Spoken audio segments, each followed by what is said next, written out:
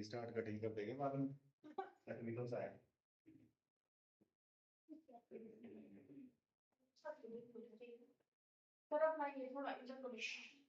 ये मैं इस पर एक काम करते हैं। लो तो बच्चों शुरू कर रहे हैं काम आपके पास हिमाचल प्रदेश पुलिस कांस्टेबल के रिगार्डिंग हमारे पास सिलेबस चल रहा है इंग्लिश के रिगार्डिंग। आपके पास कंप्लीट एक सिलेबस टर्म रहेगा जिसमें हम सबसे पहले शुरू करेंगे टेंसेस के बारे से। पहले भी आपने हल्का फुल्का चीजें पढ़ी होगी। टेंस अब टेंशन नहीं है, बिल्कुल इजी फॉर्म में इसको कन्वर्ट करेंगे चीजें। सबसे पहले कोई भी चीज आप पढ़ते हैं किसी भी कंपटीशन के रिगार्डिंग आपके पास प्रॉब्लम्स सामने होनी चाहिए कि जो चीज हमने पढ़नी है उस चीज के रिगार्डिंग क्या प्रॉब्लम है, क्या समस्या है, क्या हमने उस चीज को डिफाइन करना है। ये चीज आपके पास है, यानी कि प्रॉब्लम आपके पास सामने लिखी हुई है। जैसे पहले आपके पास टेंस, उसके रिगार्डिंग फिर बात करेंगे आगे जाके चीजें। फर्स्ट सेंटेंस आपके पास बोला गया है I want you to pick up the box of glasses gently and kept it on the table carefully, no error. यानी कि आपके पास बेटा पहली ही समस्या जो है वो है कॉमन एरर्स। कॉमन एरर्स यानी कोई भी आप कंपटीशन एग्जाम कॉम्पिटिटिव एग्जाम करते हैं, एसएससी में जितने भी एग्जाम रहते हैं उन सब में रिगार्डिंग आपके पास कॉमन एरर की प्रॉब्लम सबसे बड़ा टास्क रहता है किसी भी एग्जाम में। और यदि आप स्टेट लेवल में एग्जाम की बात करते हैं, दूसरी समस्या आपके सामने जैसे the farmers dash all their fields before the monsoon reaches. इसमें आपके पास चार ऑप्शन दिए गए हैं, यानी कि इसको आप बोलते हैं fill in the blanks. Fill in the blanks या आपके पास हो सकती है वर्ब करेक्शन के रिगार्डिंग आती है, जो कि टेंस बेस्ड भी आप करेक्शन कर सकते हैं। ठीक है, तो दो तरह की प्रॉब्लम आपके पास हो गई। या आपके पास स्टेट लेवल में कोई भी एग्जाम होते हैं इस टाइप की प्रॉब्लम आपको बड़ी देखने को मिलती है। And the third one is तीसरी प्रॉब्लम आपके पास आती है जिसमें आता है फाइंड द करेक्ट सेंटेंस या इनकरेक्ट सेंटेंस। या तो करेक्ट सेंटेंस आपसे पूछा जाएगा या आपसे इनकरेक्ट सेंटेंस पूछा जाएगा। तो चार सेंटेंस आपके पास दिए गए हैं। I had been married in 1990, you will not going to Kanpur, did I help my friend, have they not left Agra।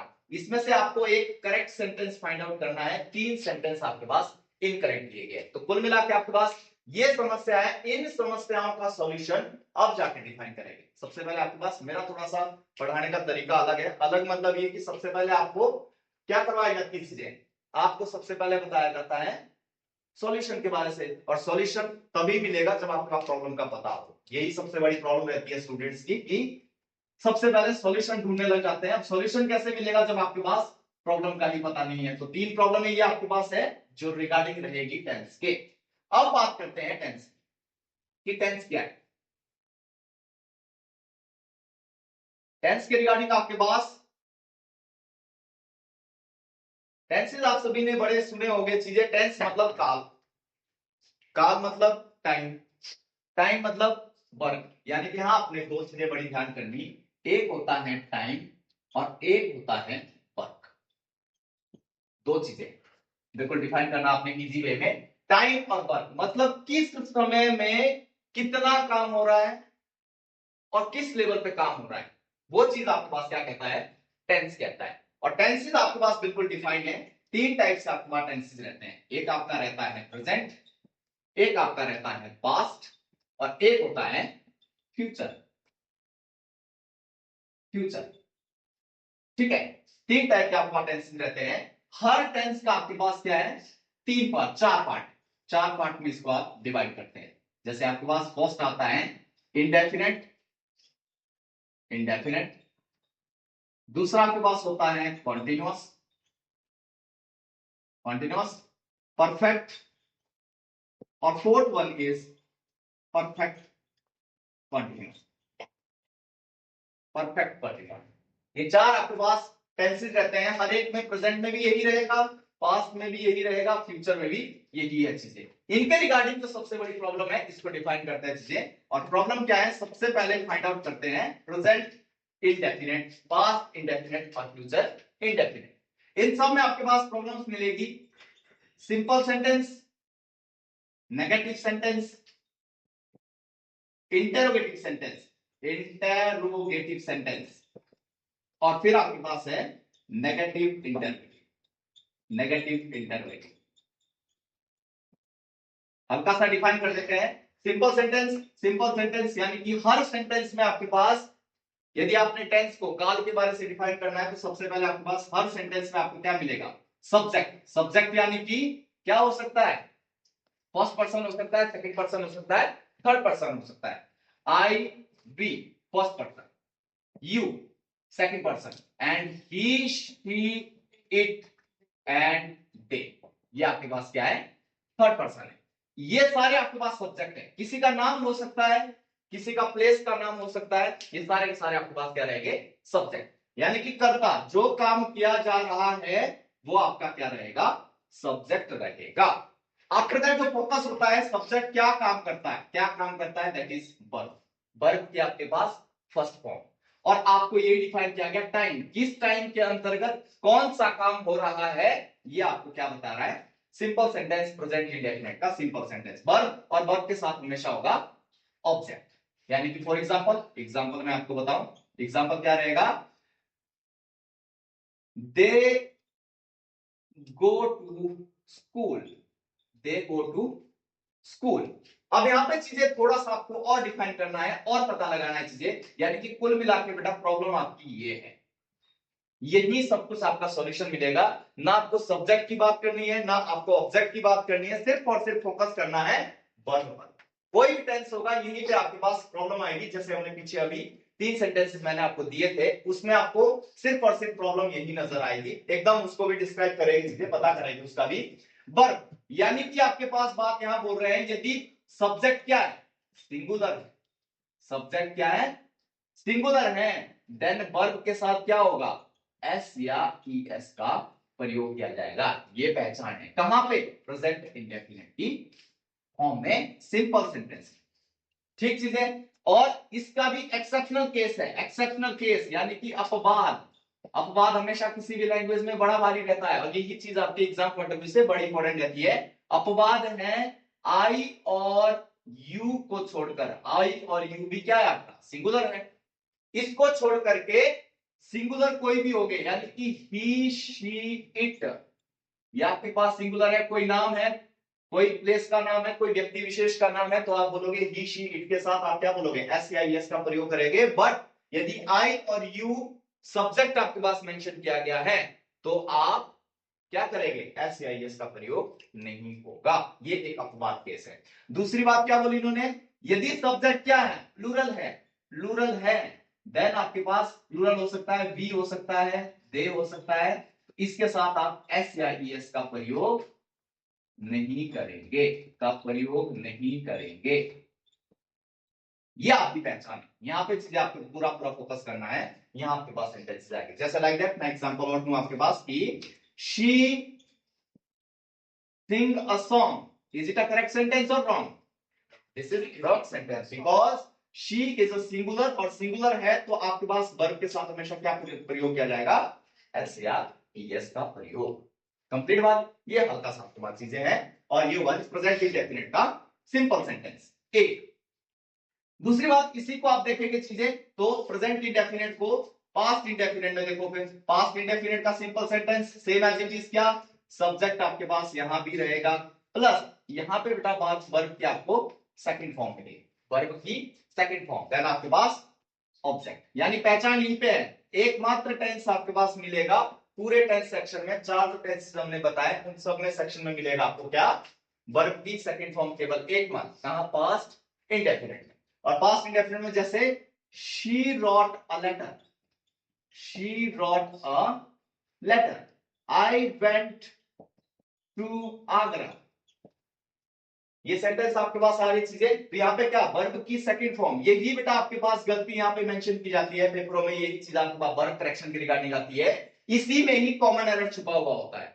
यानी कि यहीं पे आपको पूरा फोकस करना है, हिंदी मत बनाना, हिंदी बनाने लग जाओ आप तो दिक्कत आ जाएगी चीजें, फिर आपके पास कहीं ना कहीं मीनिंग का कुछ और ही चीज रहेगा। टोटल इंग्लिश को इंग्लिश पॉइंट ऑफ व्यू से ही देखना, गलती कहां है, प्रॉब्लम कहां है, कॉमन गलतियां, कॉमन एरर्स कहां पे, चीजें फिलिंग द ब्लैंक्स कहां करने हैं, सारी चीजें आपको यही फाइंड आउट करनी है, और इसके बेस पर ये आपके सारे एग्जाम के सॉल्यूशन सॉर्ट आउट करेगी चीजें। ठीक है, ये हुआ आपका पास्ट इंडेफिनिट। अगली बात आती है फ्यूचर इंडेफिनिट। फ्यूचर इंडेफिनिट में आपके पास चीजें हैं, सब्जेक्ट होगा, प्लस यहां पे प्रेजेंट होगी बेटा आपके पास विल और शैल। एंड देन वर्ब की कौन सी फॉर्म, वर्ब की first form and then object. Like that sentence बनाना चाहो आप तो सेंटेंस आपके पास बन सकता है कि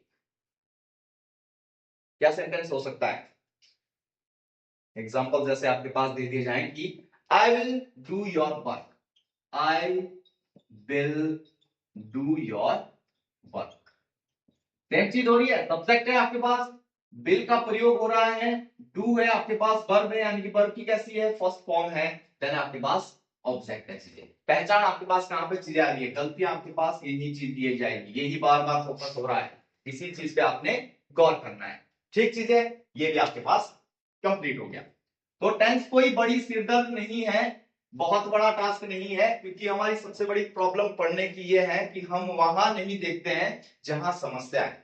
समस्या अपने सामने रखोगे, सॉल्यूशन डेफिनेटली आपका इजी वे में निकलेगा, यही सबसे बड़ा काम आपके पास है। नेक्स्ट आपके पास बात आती है नेगेटिव। नेगेटिव में आप बात करेंगे, नेगेटिव में आपके पास क्या आता है, subject same as it is चीज, फिर आपके पास बात है डू और डज का प्रयोग बेटा यहां आपको देखने को मिलेगा, डू और डज यानी कि यही पहचान है। डू और डज का प्रयोग केवल किस टेंस में होता है, प्रेजेंट इंडेफिनिट के नेगेटिव फॉर्म में होता है, डू और डज पहचान यही है। अब आपके पास क्या होगा, वर्ब की कौन सी फॉर्म होगी, वर्ब की फर्स्ट फॉर्म होगी। क्या इसके साथ यदि सब्जेक्ट सिंगुलर हो तो एस का प्रयोग होगा, नहीं होगा, क्योंकि बेटा आपके पास ऑलरेडी डज में एस का प्रयोग हो चुका है। एक्सेप्शनल केस यहां भी वही है, यानी कि डू, आई और यू, आई और यू दो आपके पास क्या है, सिंगुलर सब्जेक्ट है, इनके साथ एस का प्रयोग नहीं होगा। कहां पे डू आएगा आई के साथ, यू के साथ भी क्या आएगा, डू लगाया गया, प्लस आपके पास क्या होने वाला है, object. Like that example, example आपके पास है नॉट। अच्छा यहां पे आपके पास अब नेगेटिव की बात आप कर रहे हैं, नेगेटिव में आपके पास डू डज और नॉट, नेगेटिव का मतलब है नहीं, नकारात्मक, यानी कि वर्ब की फर्स्ट फॉर्म, देन आपके पास होगा ऑब्जेक्ट। एग्जांपल, इन सब को अभी फिलहाल जो हम हल्की सी चीजें कर रहे हैं, यहां थोड़ा सा मेथड थोड़ा अलग पढ़ने का है। क्यों, हमेशा टीचर वो बेस्ट और स्टूडेंट भी वो बेस्ट जो बनी बनाई खीर ना खाए। आपके पास यदि बनी बनाई चीज दी जाए, हमेशा सस्पेंस में रखना बहुत जरूरी है। मेरा मेथड ये कहता है चीज बात, यदि आप सस्पेंस में रहेंगे तो कहीं ना कहीं आप चीजों को और ज्यादा घर में मेमोराइज करेंगे। यदि आपको कंप्लीट मैं सॉल्यूशन दे दूं ये क्या है और ये क्या है, अब सॉल्यूशन हमें कहां ढूंढना है, हम करेंगे एक्सरसाइज। जितनी ज्यादा हम एक्सरसाइज करेंगे उतना ही हमारे पास सॉल्यूशन का पता चलेगा कि इसमें क्या है और इसमें क्या है। फिलहाल मैं आपको हल्की हल्की चीजें बताऊंगा कि प्रॉब्लम कहां होती है। प्रॉब्लम यहाँ है, यहाँ भी वही चीज है, यही आपसे फाइंड आउट करने के लिए बताया जाएगा चीजें, कि जो मैंने तीन चीजें चार चीजें आपको बताई, या तो क्या है कॉमन एरर है, कॉमन एरर भी क्या बताएगा, यही चीज बताएगा, फिलिंग द ब्लैंक्स होगा, फिर भी आपके पास यही चीज बातें करेगा। और यदि आपके पास टेंस करेक्शंस है, टेंस करेक्शंस है तो भी आपके पास यही बात आएगी, और सेंटेंसेस करेक्शन है तो भी आपके पास यही बात है, यही प्रॉब्लम है सब कुछ चीजें। और लास्ट आपके पास आता है कि जिसमें आपको टेंस फाइंड आउट करना होता है, टेंस फाइंड आउट करना है कि कौन सा टेंस है किस चीज में, तो भी आप यहीं से पहचान कर सकते हैं कि कौन सा टेंस है। और चार पांच ये समस्याएं हैं, तो जब समस्याएं सामने है तो डेफिनेट सी बात आप सेंटेंस पे पूरा फोकस करेंगे कि हमारी प्रॉब्लम क्या है, सॉल्यूशन उसमें निकल जाएगा चीजें। ठीक है, अब आपके पास बात आती है सेकंड वन, कि यदि आपने प्रेजेंट इंडेफिनिट में ये बात की तो पास्ट इंडेफिनिट में क्या बोलेंगे आप, पास्ट इंडेफिनिट में बोलेंगे सब्जेक्ट होगा plus did not, did not यानी कि do did done, do did done. तो आपके पास प्रेजेंट पास्ट और past participle three form, third form of the verb होती है, उनके रिगार्डिंग आपके पास यहां फॉर्म। फिर आपके पास आता है वर्ब की फर्स्ट फॉर्म या सेकंड फॉर्म, पास्ट इंडेफिनिट में ध्यान रखना बेटा, मैंने बताया कि सिंपल सेंटेंस जब होता है, सिंपल सेंटेंस में आपकी वर्ब की सेकंड फॉर्म होती है, और जब आप नेगेटिव फॉर्म में जाते हैं तो यहां क्या होता है आपके पास डिड नॉट, डिड आपकी सेकंड फॉर्म लग चुकी है, अब सेकंड फॉर्म लग गई है तो बार बार आपकी सेकंड फॉर्म नहीं आएगी, यहाँ पे क्या आएगा वर्ब की फर्स्ट फॉर्म। यहाँ बच्चे को बड़ी प्रॉब्लम आती है, यहाँ स्टूडेंट बड़ा कंफ्यूज होता है इस वाले सेक्शन में, डिड नॉट हो गया तो वर्ब की फर्स्ट फॉर्म, देन आपका क्या आएगा ऑब्जेक्ट। वैसा ही आप फ्यूचर इंडेफिनिट में जाओ, फ्यूचर इंडेफिनिट के नेगेटिव फॉर्म में जाओ तो सब्जेक्ट होगा plus will shall not, will shall not, and then आपके पास होगा वर्ब की first form and then object. Like that sentences में यदि आपको दूं, जैसे फॉर एग्जांपल कि प्रेजेंट इंडेफिनिट का एग्जांपल हो गया था आपके पास, क्या बोला हमने कि they do not walk in the park. They do not walk in the park. दे क्या है? प्लूरल। प्लूरल है तो प्लूरल के साथ हमने प्रेजेंट क्या डू।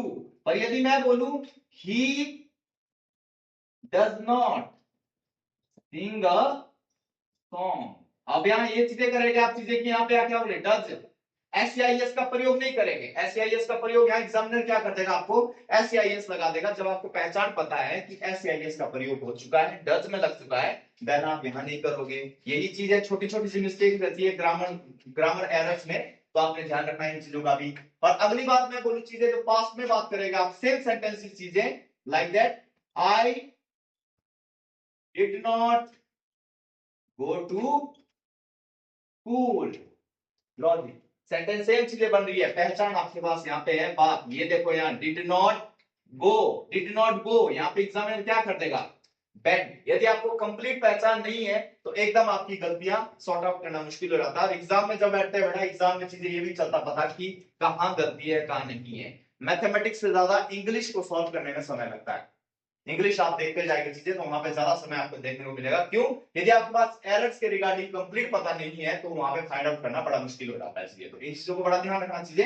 ये हुआ आपके पास। एंड देन आपके पास फ्यूचर इंडेफिनिट के रिगार्डिंग भी सेंटेंसेस आप फाइंड आउट कर सकते हैं चीजें। नेक्स्ट टास्क मेरे पास कंप्लीट, वैसे हम जब टेंसेस के बारे से करेंगे तो एक आपको चार्ट भी कंप्लीट दूंगा। हल्की हल्की सी गलतियां कहां है, मिस्टेक्स कहां है, घर में जाके जब आप रिवीजन करोगे, रिवीजन बहुत जरूरी है। रिवीजन जब आप करेंगे तो रिवीजन में आपने हल्की सी चीजें देखना कि कहां कहां एरर्स बताए गए थे चीजें। एंड देन आफ्टर दैट चीजें जैसे ही हम एक्सरसाइज करेंगे, एक्सरसाइज में एकदम क्लियरेंस आपके पास आएगी चीजें कि यहां पे प्रॉब्लम हो सकती है। ना तो आप सब्जेक्ट देखोगे ना आप ऑब्जेक्ट देखोगे, आप सीधा देखोगे वर्ब का फॉर्मेट कि वर्ब कहां प्रॉब्लम दे रही है, वर्ब कहां प्रॉब्लम दे रही है, कौन से टेंस में क्या बात हो रही है। तो पहचान अभी तक क्लियर हुई आपके पास। प्रेजेंट इंडेफिनिट में हमने क्या बात की कि सब्जेक्ट सिंगुलर है तो वर्ब के साथ एससीआईएस का प्रयोग, यानी पहचान एकदम सटीक। प्रेजेंट इंडेफिनिट के सिंपल फॉर्म में ये होगी। और पास्ट इंडेफिनिट में जाएगी आप तो वर्ब की सेकंड फॉर्म, और फ्यूचर इंडेफिनिट में जाएगी तो विल शैल के साथ वर्ब की फर्स्ट फॉर्म। वैसे ही आप नेगेटिव में आएंगे, नेगेटिव में आपके पास क्या है डू और डज का प्रयोग कहां देखने को मिलेगा, प्रेजेंट इंडेफिनिट में मिलेगा। और फिर आप जाएंगे सीधे कहां पास्ट इंडेफिनिट में नेगेटिव फॉर्म में, वहां क्या मिलेगा आपको डिड नॉट और वर्ब की फर्स्ट फॉर्म। ठीक बात। फिर आप जाएंगे फ्यूचर इंडेफिनिट में, फ्यूचर इंडेफिनिट में आपके पास क्या विल शैल नॉट और वर्ब की फर्स्ट फॉर्म प्रेजेंट। कंप्लीट पहचान कंप्लीट। अब इंटरवेटिव में आप बात करते हैं, इंटरवेटिव होता है क्वेश्चन मार्क यानी कि आपके पास सीधी बात जो आपका हेल्पिंग वर्ब है डू डज है वो शुरू में आने वाला है। डू डज आपके पास है वो क्या आएगा शुरू में आएगा जब भी आपसे क्वेश्चन किया जाता है क्या। फिर आपके पास क्या होता है सब्जेक्ट, देन वर्ब की क्या होगी फर्स्ट फॉर्म या second form, first form, and then होगा ऑब्जेक्ट। लाइक दैट कोई भी आप सेंटेंस बना दो, डू आई, इसके अलावा गो के अलावा कुछ और भी तो बोलो। गो है, सिंग है, डू आई डांस भी तो हो सकता है। Do you know me, yes correct, do you know me, बढ़िया, do you know me. Last में क्या होगा बेटा क्वेश्चन मार्क होगा, do you know me last में क्वेश्चन मार्क। अब यू है, यू का लिए हमने एक्सेप्शनल केस पढ़ लिया, क्या है यू और आई, दो ऐसे सिंगुलर सब्जेक्ट है जिनके साथ एस या ईएस का प्रयोग नहीं होता है। ठीक बात।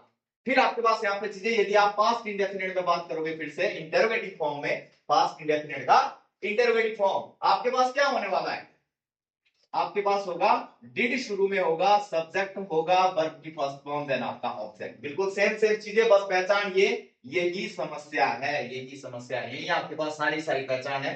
ना आपने सब्जेक्ट देखना है ना आपने ऑब्जेक्ट देखना है, बस आपके पास वर्ब करेक्शन और आपके पास हेल्पिंग वर्ब करेक्शन, यही चीज आपके समस्या है। समस्या यहाँ है तो समस्या पर ही पूरी फोकस करेगी। डेफिनेट सी बात है सॉल्यूशन निकाल पाना बहुत आसान काम रहता है। अगली बात आपके पास क्या आती है फ्यूचर इंडेफिनिट का इंटरवेटिव फॉर्म, यानी कि सेम आपके पास बात विल और शैल क्या है आपके शुरू में आए, फिर आपके पास क्या होता है सब्जेक्ट होता है, देन आपके पास क्या आएगा वर्ब की फर्स्ट फॉर्म, देन आपके पास होगा ऑब्जेक्ट। सेंटेंसेस क्लियर फॉर्म में। ये पहचान हल्की सी चीजें कहां रखनी है अपने पास, कुछ नहीं बताऊंगा अभी, क्योंकि सस्पेंस बहुत जरूरी है, ताकि हल्की सी आप मेहनत करें। मैं आपको दूंगा सीधी एक्सरसाइज, एक्सरसाइज फाइंड आउट करेंगे। जैसे हमने बात की अभी प्रेजेंट इंडेफिनिट की बात की, आपने पास्ट इंडेफिनिट की बात की, फ्यूचर इंडेफिनिट की बात की। इंडेफिनिट पे पूरा फोकस हो रहा है। इंडेफिनिट अनिश्चित, अनिश्चित तातेती, तातेती, ये तातेती बड़ा कंफ्यूज करता है किसी काम करने में। क्यों? हम यदि एग्जाम पॉइंट ऑफ व्यू से बड़ा फोकस करते हैं तो यहाँ पे नहीं जाना है। ये आपका कम्युनिकेशन में हो सकता है, क्योंकि यदि आप एग्जाम में बैठो और एग्जाम में आप हिंदी, इंग्लिश की हिंदी बनाने लग जाओ पहले, तो उसमें ही टाइम आपका कंप्लीट हो जाएगा, और इतना टाइम नहीं होता है एग्जाम में सॉल्यूशन करने के लिए। तो आपको समथिंग समथिंग डिफरेंट वे में देखना है कि जो हमें एरर्स आने हैं उनकी हिंदी में आपने क्या करना है, ट्रांसलेशन नहीं करना है, क्या करना है, चीजें ये देखना है कि कहां से सॉल्यूशन मिलेगा। सॉल्यूशन मैंने आपको बता दिया क्या होता है, कि वर्ब के ऊपर आप फोकस करो, वहीं पे आपको सारे के सारे सॉल्यूशन फाइंड आउट करने को मिल जाएंगे।